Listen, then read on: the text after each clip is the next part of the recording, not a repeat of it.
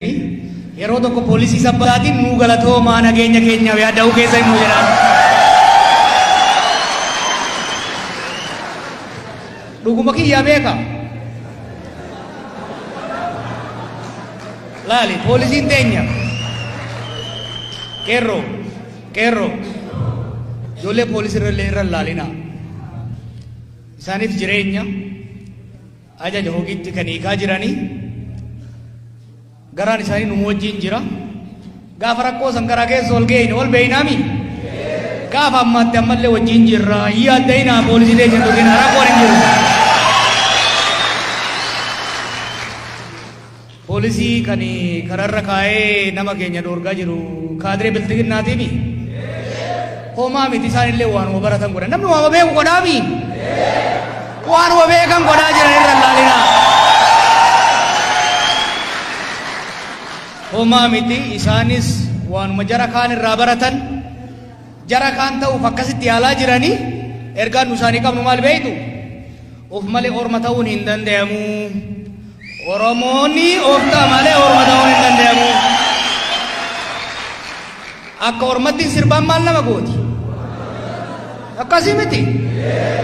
Akka ormatti sirbaan morma nama jallifti. Ijoollee teenya Oromootiini. Akkuma gadaatitti akkuma aabboo faayyoo sanitti wal kabajnee dimokiraasiin dorgomna akka wayyaaneettan karaa cuffaa isin doorsiisaa nana ta'a hin danda'amu dhiisaa jennaan.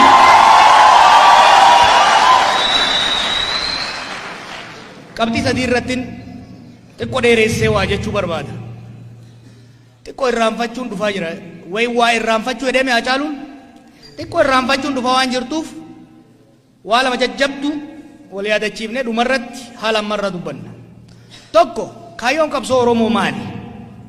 Abboota keenyarraa kaase abboota keenya baroota 1950 irraa kaase hanga qeerroo kaleessa nu biraa kufaniititti ummanni Oromoo kun ummanni irraa dhalanne kun abbaan biyyaa kun qabsaa'onni gameeyyiinsa kaxaleen irraa dhaalan kuni maalumaaf qabsaa'anii akka gariin jettutti biyya diiguuf immoo akka gariin jettutti finciluun dharraa haraaraa itti ta'eeti immoo kaayyoo wayii qaban kan jedhu xiqqoon ibsa.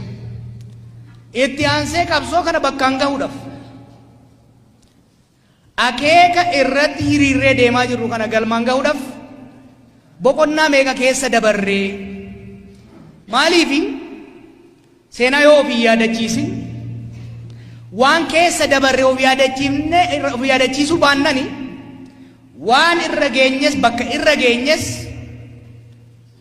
sirriitti xiinxalanii gara fuulduraa deemuu hin dandeenye. Gaara baatanii beektu ijoollee baadiyyaati warra magaalaatti seena. Warra baadiyyaati beektuun miilan deemtee gaara yoo baate hara galfii bakka jedhamu beektu muka jala kataan tokko bakka ono warri keenya marga wayii jala kaa'u tokko beektanii moggaa gaara baatan. Moggaarri hin jiru shawaa kana keessa akkami?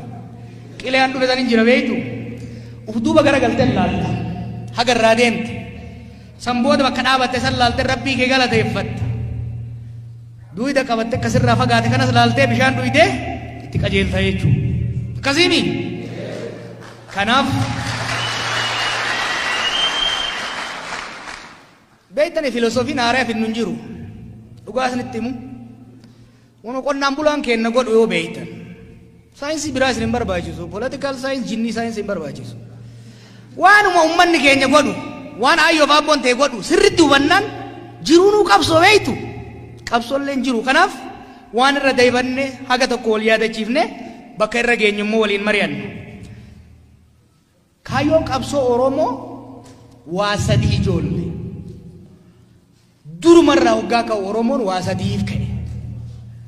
Tokkoffaa gaafii eenyummaati.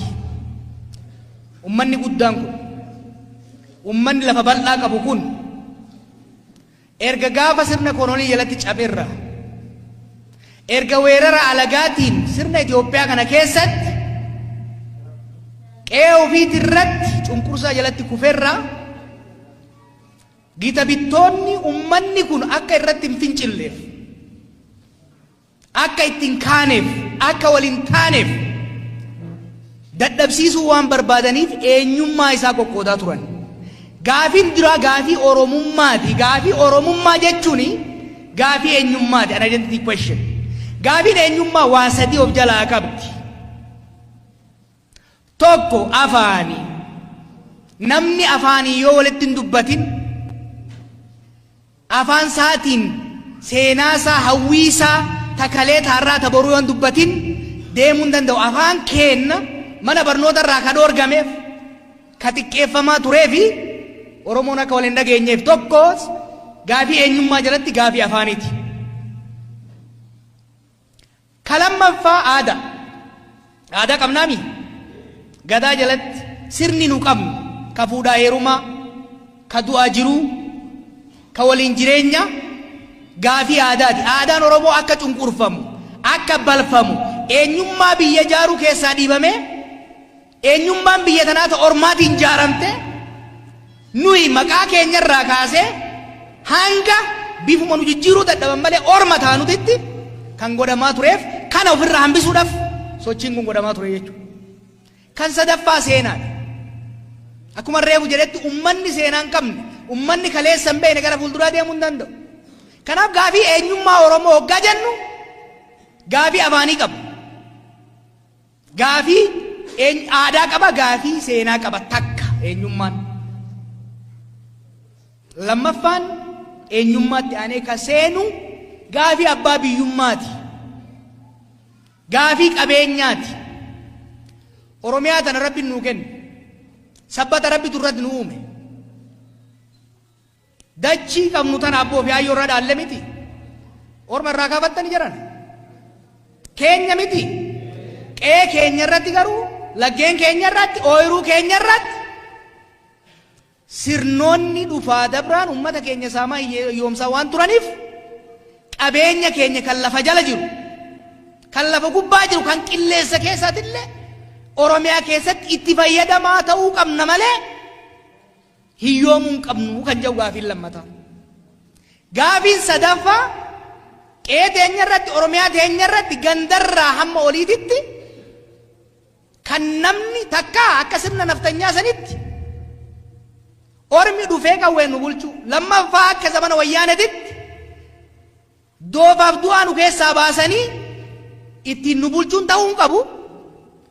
Nama nuu ta'uun sagalee keenyan akka gaaf gadaatitti filanne heeraaf seera warri nu filanne tumuun buluudha jechuu. Gaafiin Oromoo sadii tanan irraanfatinaa sadii. Gaafii eenyummaati. Gaafii abbaa biyyummaati. Gaafii qabeenyati. Gaafii mootummaa dimokiraatawaa, sirna dimokiraatawaan buluuti. Kana tiyooriin himi kan hin jechaa ture. Sochii afran qalloo jechuu beeytanii ka baharraa ka'e. Kaalii birraan keessa turan. Oromummaan tuffatamtee dhiibamtee waan turteef nu namaa gatii miti. Dirree dhawaa keessatti, bara san keessatti cidhaatirratti namni keenya afaan ofiitiin sirbuu hin danda'u ture. Sochiin baharraa dhalate, sochiin lixarraa dhalate. Uummanni keenya kan Protestaantii gama lixaa jiru afaan ofiitiin waaqa isaa waan kadhachaa tureef san cunqursuudhaaf yaalanii afaan keenyaaf nuufi Rabbi jidduu dallaalli hin barbaachisu har'a qees balaayifaa jedhan dur gidaada soollanfaan gama lixaatii jechaa turan jechuudha. Gaafiin eenyummaa gama lixaatiif gama bahaatii mayre suni tokko kana ragaansa. Lammaffaa waa'ee sochii fakkeenyaaf Jeneraal Taaddasaan faan Maccaa Tuulamatti keessatti godhaa turan. Hamma dheeratitti deemanii qalanii Oromoo waliin nyaachisan. Oromoon tokko addaan hin fagaatin waliin irraanfatin amantii adda addaa qabaattus bakka adda addaa qubattus ati ummata tokko hidda tokko irraa dhufte. Hireen teetis waliini kan cunqurfamtu kan dhiitamtu. Islaama waan taateef, kiristaana waan taateef, baha waan dhufteef, kaaba waan dhufteef, gammoojjitti waan dhalatteef, baddatti waan dhalatteef osoo hin ta'in Oromoo waan taateef jedhanii wanni barsiisaa turaniif gaafii eenyummaa cimsuu barbaachisa waan ta'eef. Odaa qabdanii odaa agartan kana. Odaa agartan kana. Laaftutti dhufne beektaa jennu. Odaa amma nu hundi ofirraa qabnu kana Hayilamaariyaam Gammadaa fa'atu mallattoo waloo Oromoo jee kaa'e. Hayilamaariyaam Gammadaatii fi Maammoo Mazammir gaafa ajjeesan Hayila Sillaaseen maal jedhe beektu? jara lamaan sana jeesa ideen jara kan gadhiise maal jennaan ebaabin magdal ka cinqillaatu no jedhanii yeroo san waa'ee odaan tun gadaan tun oromiyaan tun deebitee akka jaaramtuuf wanni qabsaaniif ummanni eenyummaa hin qabne kalammataatitti waan hin ceene ce'uu hin dandeenyeef jechuudha. Kanaaf gaafiin Oromoo kan eenyummaa tokkoffaa kan lammaffaa kan qabeenyati sochii baalee jechuudha geessanii waaqa guutuufaa dhageessanii miti kan bosonatti isaan galche biyya alagaa Somaalee bira kan isaan geesse qabeenya ofii irratti baalee yoo dhayitan dhiyoon dhaqiyan lafa ajaa'ibaati baalee qofti Oromiyaa qallabuu danda'e garuu irboobsisoodhaan saamamaa waan turaniif qeeteenya irratti rafa rabbi nuu kennee abboota keenya irraa dhaalle irratti lammii lammataa ta'uu hin qabnu ashkara ormaa ta'uu hin qabnu jedhaniiti kan fincilan jechuudha. Kuni harkan dhayinaa dhaggeeffadha. Maaliif gariin irra waan irraa dhufne nu irraanfachiifteeti sirna kaleessa ofirraa kaafne jalatti deebisuu barbaaddi. Kanaaf tokko gaafii abbaa biyyummaati. Lamaan kara dhawaatan deemaa as geenye jechuudha. Kasadaffaa mootummaa walooti. Mootummaa dimokiraatawaa ijaaruu.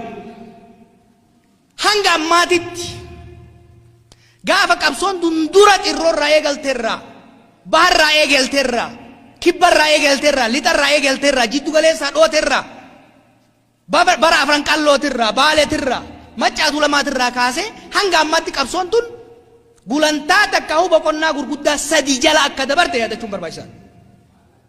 Tokko revival phase ka jennu kada dammaqiinsa Oromoon kun erga sirna Minilikiin cabee malkatti addaan qoodamee eenyummaan isaa dhiibame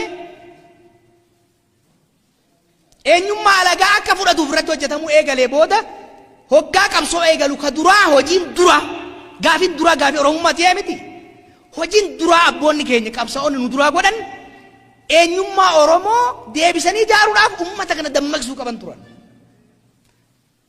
Sirboota amma akka dumbushee galaa Ali Birraan sirbuu nu jaalalaafi itti wal xabbasuu deemnu kana laafaan se'inaa. Don't take it. Sirboota Ali Birraa Ali Shabboo kana oggalaaltan even kaabbutoo boodarra oggalaaltan lafa Oromoo kana keessatti waan jaalallee wayii jalaa badde fakkeessetti asoosaarraa kaasee hamma dirree dhawaatti hamma kamisetti si geessa. Uummata keenya wal barsiisaa turan jechuudha. Uummata keenya dammaqsuu turan jechuudha. Yeroo ishee Mammarra Shaaffaan gara Somaaliyaa dhaqanii reediyoo afaan Oromoo yeroo duraatiif eegalan qawwee fuudhanii caakkaa seenuu wallaalaniiti miti. By the way namni tokko Ayyuub Abubakar jedhamu ka yeroo san dhaqee reediyoo san eegale loltuu ture Kubur Zabanyaa keessatti warra Mangistuu Naawwayii wajjin Hayila Sillaasee garagalchuuf hojjeta. Loltuun beekamaan qawwee qabu kuni qawwee barbaada dhiisee maaliif miidiyaatti deeme hoggaa jenne ummata sammuu isaati irratti hojjechuu waan qabuuf ummata dammaqsu Oromummaa ummata barsiisu ummata wal yaadachiisu walitti hidhuun the revival phase baroota 1960 irraa hanga 70tti hojiin qabsoo Oromoo keessatti hojjetame the revival phase bara dammaqsuu Oromoo jennuuni jechuudha. Itti aansee bara 1970 irraa kaasee sochii barattootaaf sochii qonnaan bulaa godhame keessatti reconstruction phase seenna. Yeroo Oromoo deebi'anii ijaaru ummata dammaqsitee jaartaa jechuudha. Hayilee Fidaa maal jee ummata ni dammaqsita ni jaarta ni dhachiifta akkasitti bilisa baataadha. Adda bilisummaa Oromoo dhaabuun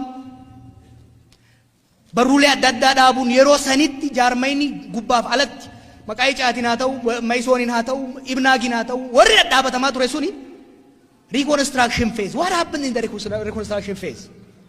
Reconstruction phase keessatti wanni ta'e maali? Yaanni Oromiyaa jedhamu kun uummata keenya keessa akka seenu. Hayyoonni akka Hayilee Fidaa fi Sheek Marraa Shaatfaan uummanni Oromoo qubee mataa isaatiin barreeffachuu qaba jedhanii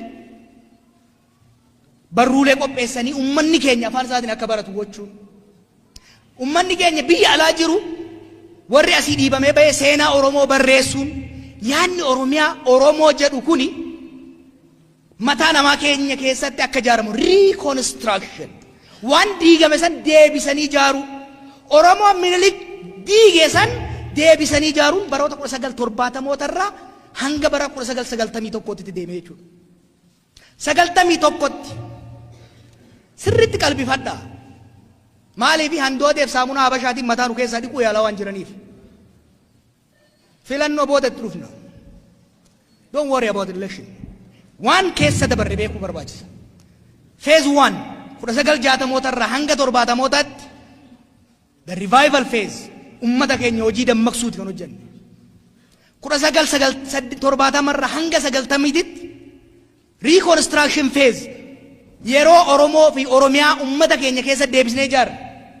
Yeroo waraana bilisummaa Oromoo jedhamu ijaarre, yeroo adda bilisummaa Oromoo jedhamu ijaarre, yeroo sagalee bilisummaa Oromoo jedhamu ijaarre keessatti 80moonni kun yeroo ammoo wareegama qaqqaalii itti kafalle. Gariin irra qabsoon Oromoo achiin geenne maal no. Baay'ee deemne bareedaan keenya reconstruction hoggaa jennu tokko isin yaadachiisa. Yartuun amma waan deddeemtuun tokko akka beekaniif. Oromoo har'a qoqqooduu barbaadan sadarkaa akkanatti nuu dammaqnetti bara dukkanaa san keessatti Oromoo jaaruudhaaf jecha shiniga jechuudha yaadachuun ooltan. Magarsaa Bariifaan gargaarsa qabsoo kanaatiif gara Somaaliyaa hoggaa deeman amantiitti adda baasanii yeroo ajjeesuu deemanitti nu Oromoof gabbaane amantiidhaan adda baaneen dhumnu jedhanii yeroo dhuman sanitti yeroon sun yeroo Oromummaan itti ijaaramaa turte jechuudha. Oromoo dammaqsine Oromoon ijaaramet wanni mataa Oromoo keessatti ijaarame waan tokko isin yaadachiisa. Bara 1986 baraan dhaladhe jechuudha akka Awurooppaatti. Nama Profeesar Mahammad Hassan jedhanitu jira. Biyya alaa dhaqee asirraa qabsoorraa biyya alaa hiree argate. Maal jedhan warri har'a Oromoo xiqqeessuun barallee hin xiqqeessan. Wanni Oromiyaa jedhamtu tuni mataa hayyoota muraasaatii fi daasporaa malee lafarra wanni jiru hin jiru wanni Oromiyaa jedhamu kijibaa jedhanii waan jedheen beeyta. Hin cinqaminaa jedheen. Oromiyaan mataa Oromoo keessa teenyan guyyaa lakkaatti malee lafarratti bat jettee buutee ijaaramti jedheen. This is 1986.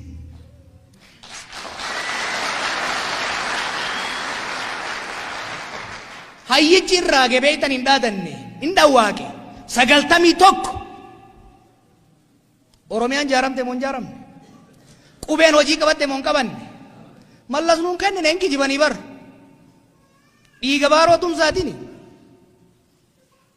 dhiiga ilmaan Oromoo kumaatamaatiin kan Hayilee Fidaatiin kan Taaddasee Birruutiin kan Maammoo Zammazammariin kan Badoo Dachaasaatiin Oromiyaan sun Oromoon irratti hojjetee dadammaqsee Oromoon wal ijaaretti osoo jarattiitu wixxifattu 91 Oromiyaa gadi ijaarree qubeen barachuu eegalle jechuudha. 91 booda hoo maaliin isin jee? The first phase was revival. The second phase reconstruction. The third phase actualization kan jennuun implementation jechuun kan dandeenyu. Oromiyaan ijaaramuun abbaa fedheen haa guutamtu. Oromiyaan ijaaramuun qubeen barachuu eegaluun jajallattus hir'attus haphattus 90 tokkorraa kaasee hamma 2018tti hojiin hojjetamaa ture. Oromoo dammaqee ijaarame san Oromiyaa dammaqiinsa uummataa sammuu Oromoo keessa ijaarame san hojiirratti hiikudha jechuudha. The third phase kan jennuun uummanni keenya magaalatti galuun afaan ofiitiin barachuun biirokraasiin even opinion leeyoo taate biirokraasii keessa namni keenya galuun yeroon sun yeroo actualization jennee irratti deemaa jiru. 2018 yeroo qabsoo keessanii qabsoo qeerrootiin jijjiiramni kun dhufu reconstructionii santu waan ijaarame santu Oromiyaan ijaaramuun qubeen barachuun dhaloota qubee jennee irra ittiin uf jennu kun qeerroo jennee irra ittiin hin jennu kun qeerroon kun 69 waraana bilisummaa Oromoo dura yeroo dhaabuudhaaf deeman jaarraan faan edaniitti ijaaran qeerroo ganamaa jedhama. Nama 36 osoo deeman bidiruun jalaa cabdee Somaaleetti hidhaman waggaa 5 achirraa deebi'ee dhufe. Sochiin keenya kun nu ala teenyee isin as teessanii gariin mana hidhaa ta'e kan finiinsuu dandeenye qabsaa'onni duraa wareegamtoonni nu duraa lubbuu isaaniitiin dhiiga isaaniitiin Oromoo dammaqsanii Oromiyaa barreessanii qubee hojiitti waan hiikaniif nummoo dhaloota san waan taaneef san irraa fayyadamnet sirna wayyaanee waggaa 50 nu nyaachuudhaaf qarriffaa qarachaa turte afaan qabattee qeetti akka gooltu woone jechuudha. Kuni feezii kana. Now 2018 as maal keessa seenne Phase sadan dura gafan biyya kana dhufe waan isin jedhe. Phase sadan dura is a resistance phase. Governance itti ceenaa jenne. Kaayyoo sadan osoo hin gatiin. Kaayyoo eenyummaa, abbaa biyyummaa fi mootummaa ofii. Ce'umsa kana keessatti akka yaannetti illee ta'uu baatu. Jarri bakka ofiitti deebi'uuf illee yaalu amma qabsoon itti aanu qabsoo mootummaa ummataa dhaabuuti. Dhagaya. Gaafileen sadan Oromoon qabatee baye suni they are indivisible. Adda qoqqoodamuu hin danda'an. Addaan hiramuu hin danda'an. Akkamitti jedha? 91 qubeen barachuu eegalleemi afaan keenya. Oromiyaa jaarranneemi. Gaafilee gurguddoo keessaa xiqqoo deebi'aa dhufte. Gaafiin eenyummaa, gaafiin qabeenyaa amma fakkeenyaaf keessattuu waggoota lamaan dabre kana keessatti saamicha wayyaanota dhaabuu danda'uun haga tokko saamichi nurraa dhaabachuu. However, afaan keenya irra qancaree jira. Oromiyaa keessatti afaan kun waggaa 27 kana uf duuba deemaa jira malee guddachaa deemaa dhabuun manneen jire hojii adda addaa keessatti even manneen Oromiyaa yoo dheettan waan naannoo biraa dheettan isinif fakkaata. Kaasamu afaan hundaan afaan biraatiin. Aadaan keenya amma humnaan xiqqoo irreecha kanaan jabeeffataa dhufne malee aadaa keenya irratti qorannaan gahaan godhamaan jiru. Promoshiniin gahaan godhamaan jiru. Har'as aadaan Itoophiyaa aadaa ormaa taate nu garuu wajjin ragadaa deemu. Qabeenyi wayyaan irraa hambifanne har'as ormatu itti fayyadama malee dargaggeessi keenya hojii dhabee jiraata. Waa'ee isinitti himu haga feete eenyummaa kee deeffatte haga feete qabeenya kee deeffatte mootummaa siif ta'u yoo hin qabaatin mootummaa siif ta'u yoo hin filatin gaafiin sadan suni mootummaa siif ta'u jechuun ka ati filatte ka boru na buusa jedhee sodaatu yoo qabaatteen alatti eenyummaa keetis guddisuus tikfachuus hin dandeessu. Qabeenya hattuu fi saamturra hambifattes misoomfachuu guddifachuu hin dandeessu. Boqonnaan amma itti jirru kuni boqonnaa gaafii sadaffaa san bakkaan geenye gaafii lamaan hafanis hojiitti hiiknu jechuudha. Kanaaf isinitti hin dheeresse maaliifi miidiyaa kanan lallaala kaadiree waan haasoftu laala. Bakka wayyaan illee qilleensummaan fuudhee waan deeme itti fakkaata. Afaan Oromoo kunis akkanumatti waan namni asiin ga'e itti fakkaata. Oromiyaan tunis akka xaddeetti gamaa nyaatan tuni lafumatti waan dhuftee fi har'uma kaadireen waan jaaree itti fakkaatan no. Waggaa 50 itti buqqaane itti cabne itti dhumne akka finne akka yaadattaniif. Filannoo kana filannoo Baqqalaa fi Abiy jidduu Jawaar Mararaa jidduutti miti. Filannoon kun kaayyoo kumaatamaan itti wareeyne. Kumaatamaan manneen hidhaa keessatti itti kolee itti gudeedan kumaatamaan baqatee bishaan keessatti itti dhume bakka takkatti kan ittiin ceesifnu malee akka gariin itti fakkaatutti yeroo itti qoosaatii miti. Ijoollee taphaa simbiraa lubbuudha. Nuuf filannoon kun ka amaanaa abboota keenya hiriyoota keenya asitti sabbata keessa nu biraa fixanii tarkaanfii takka bakkaan hin geenyu guututti tarkaanfii takka gara fuuloon duraa itti ceesifnu jechuudha. Kana akka yaadattaniif don't ever forget biyya kana keessatti waan nuti taane biyya kana keessatti waan Oromoon tahe bineensi hin taane ilma namaatiif.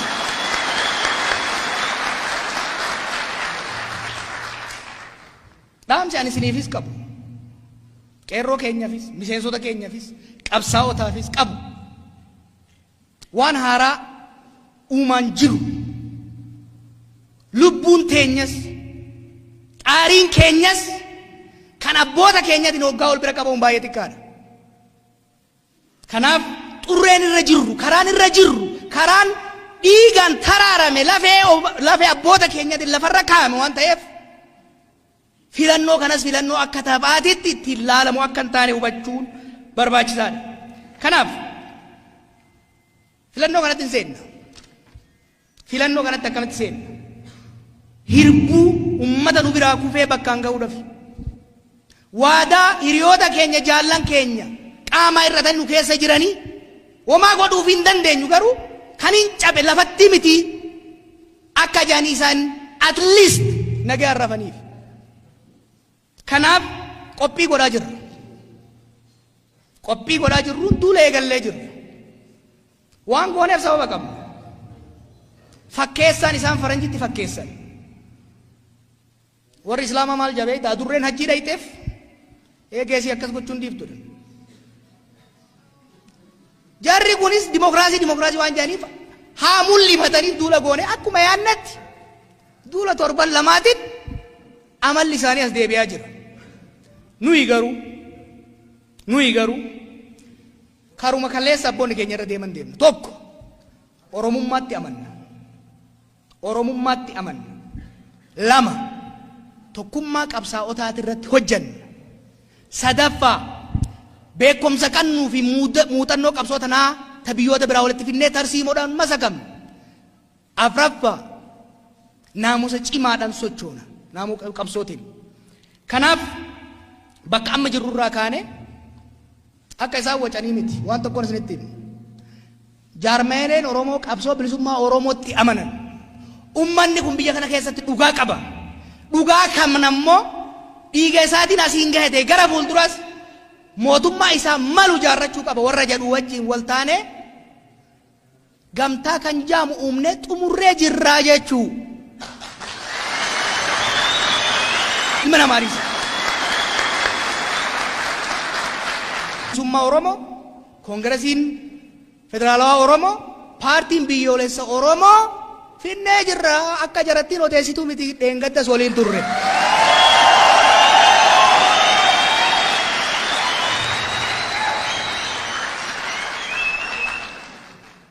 Warri sirna naftanyaa ol deebisuu barbaadu birrii biliyoona walitti guuraa jira.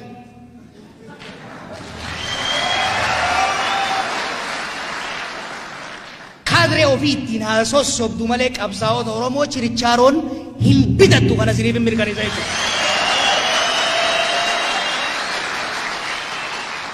Gorsii fi dhaamsi ani deeggartootaa fi paartii warra biyya bulchuuf qabu. Qabeenya guddaa qabdan. Naggaadee doorsiftanii miseensarraa guurtanii mootummaarraa hattanii biyya alaatii maqaa keenyaan liqeeffattanii qabdan. San isiniif rabbitti wal gaafata qabeenya qabdaniin hanga dandeessan nama bitadha rakkoo irraa hin qabnu.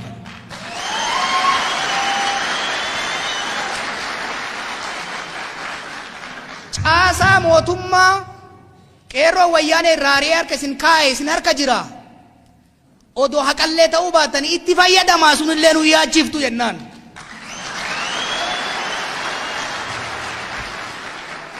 Miidiyaa mootummaatii fi warra alagaa isin wajjin jiru wajjin maqaa halkanii guyyaa nu balleessitanii itti jabaadha. Maqaan keenya onnee uummata keenya keessa jira hin sodaannu propagaandaa itti bu'aa jennaan.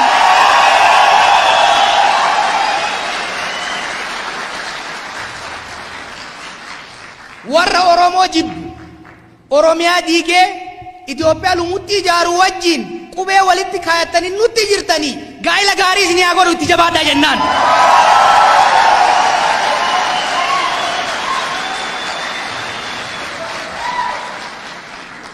Maallaqaan nu caalanii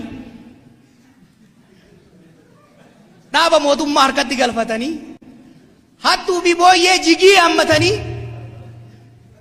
filannootti haaseenanii yoo kanaan nu caalanii nu mo'atan laxxi jenneet mo'amnee harka kenninee akka mormituutti itti fuufna. Wanni hin fudhatamne garuu mootummaa harkaa qabna jedhanii miseensota keenya hidhuun aangoo harkaa qabna jedhanii hogganoota keenya ajjeesuuf doorsisuun waajjiroota keenya banuun never kun fudhataman qabuu jennaan.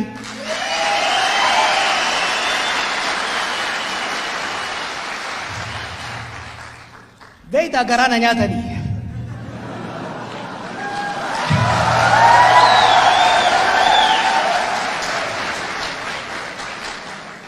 Mee waaqa isin uume sodaadha. Ummata Oromoo waggaa 50 hir'isirraa irraa haga mallasaatitti mootummaa tan harkatti kaayatanii faranjii haga chaayinaa araba haga gurraachaa sadaqaa kadhatanii tumanii hidhanii ajjeesaniif duuba deebisuu dadhabani. Warri kaleessa wayyaanee jalaa ba'e kuni ajjeechan sodaachisuun duuba deebisuu danda'a.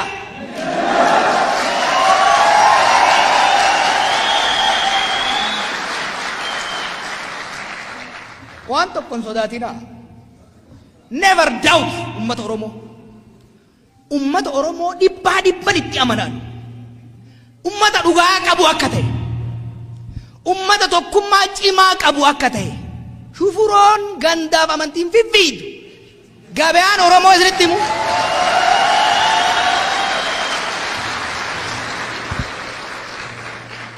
Itti himaa warra of wallaale kanatti. Gabaan Oromoo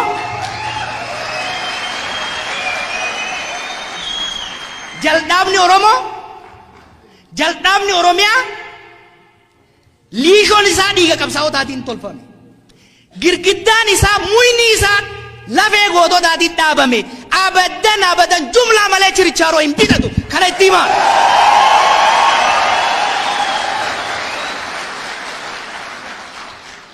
Nuni dhan jechuufi miti. Waajjira keenya cufan jechuufi miti. Nun ajjeesan jechuufi miti. Moojii warra amata dhibba nugusa ta'uu barbaaduu malee nuti du'uufis hidhamuufis dhabamsiifamuufis qophii qabsaa'ota nuti. Qabsaan Oromoo bolola aangoo hin qabu bolola bilisummaa malee. Bilisummaa ummata isaa malee. Dhugaa ummata isaa malee. Tarsiimoo qabna. Tokko yoo hidhan kumaatama itti hiriirsina. Tokko yoo ajjeesan kasan daranii jala itti ol baafna. Abadan waan takka beekuu qaban. Ji'a as deemu filannoo as deemu kanarratti jaalatanii jibbanii wixxifatanii ka danda'an nu keessaa ajjeesanii hidhanii ummanni Oromoof Oromiyaa akkan isin argu kanattin arga. Mootummaa isaa ta'u inuma filata bakka. Inuma filata.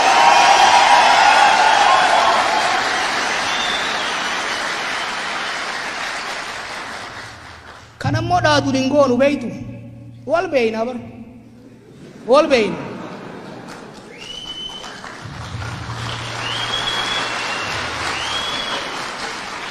Amma isaan maal yaadan beeytu. Miseensa miliyoona 7 qabnaa jedhan. 70 kenna caalaa onneef dhugaa qaba.